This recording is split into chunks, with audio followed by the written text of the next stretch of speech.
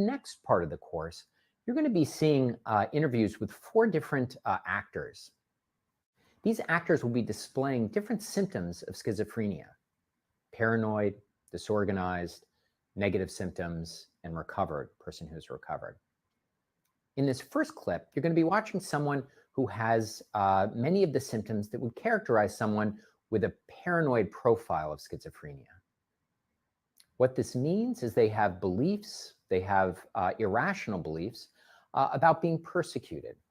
They believe that people may be monitoring their thoughts, someone may be monitoring their phone conversations, their interactions on computers, and in some cases, some folks with these types of symptoms even believe that there might be some sort of chip or mechanism by which signals are being recorded from their body. In this next clip, what I want you to do is pay close attention to the nature of the delusions or rational beliefs that the person is struggling with. Are they persecutory beliefs? Do they believe they're being followed? And then I also want you to pay attention to the affect of the client. How do they appear emotionally? And what is their communication like with the interviewer?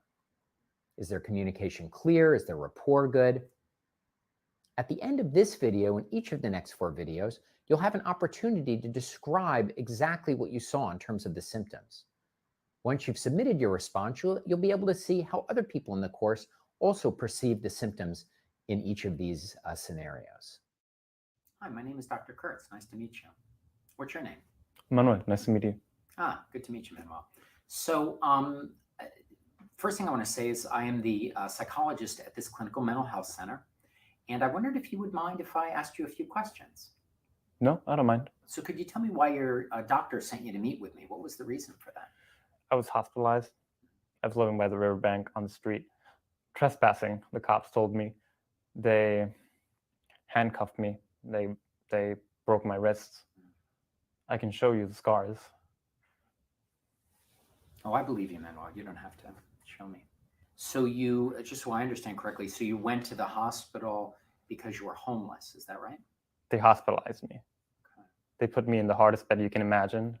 No TV. I was there hours upon hours, and they did so many tests. And there are a lot of very sick people in those units. Like, you just need to stay away from them. One of them tried to steal my clothes, real nutty. I mean, I got out of there last week. Wow.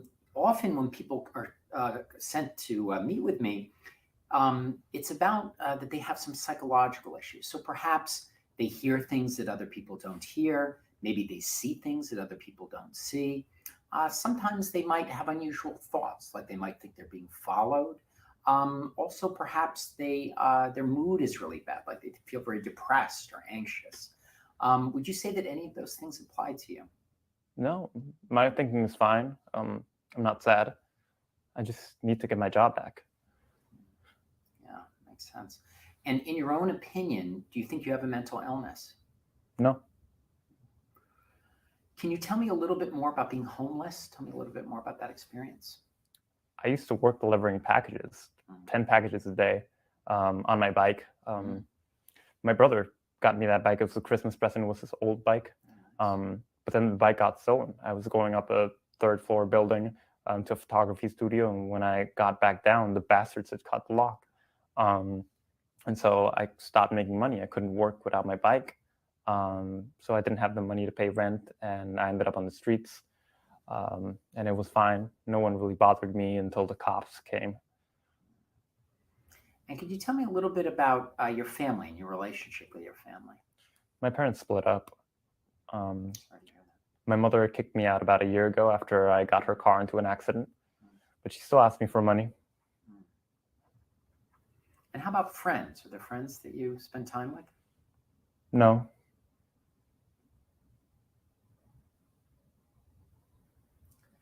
Now, I was looking at your chart, and a lot of times there are things in the chart that aren't accurate, but I did notice that it looked like you've been calling the FBI repeatedly. Is that true? Is that accurate?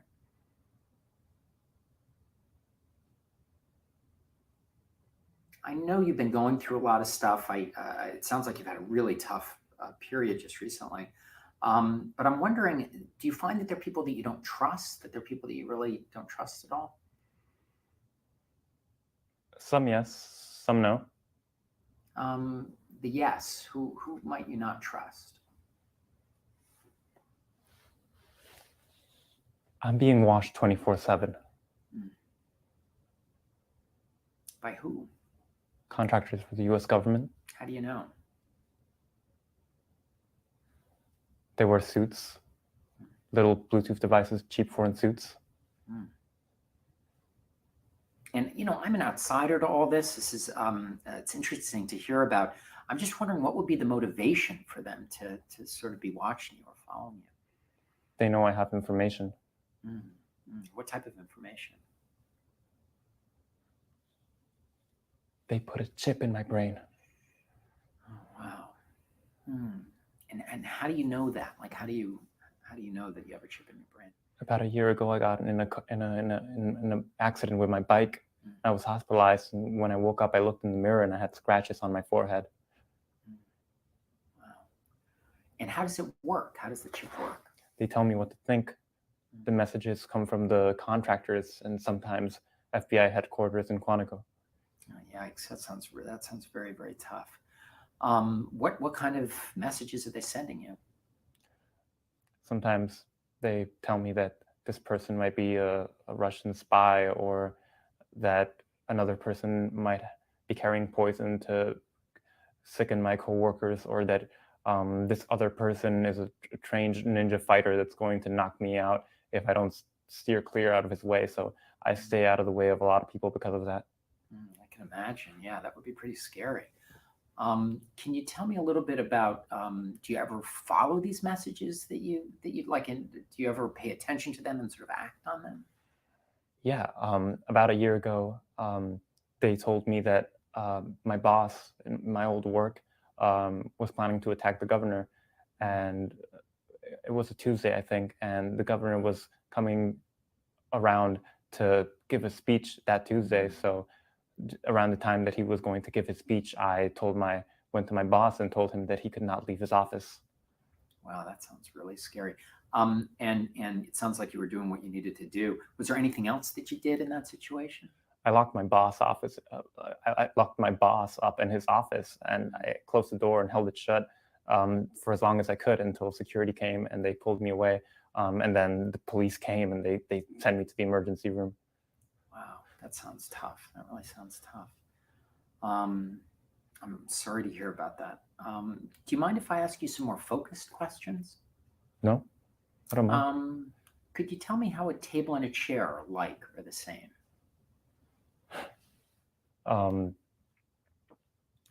A table has 4 legs, like a chair. They're both made of wood, and they're pieces of furniture. Yeah, great. And how about poetry and painting? How are they alike or the same? They're both works of art. And the term or the saying, "Too many cooks spoil the broth." What does that mean to you?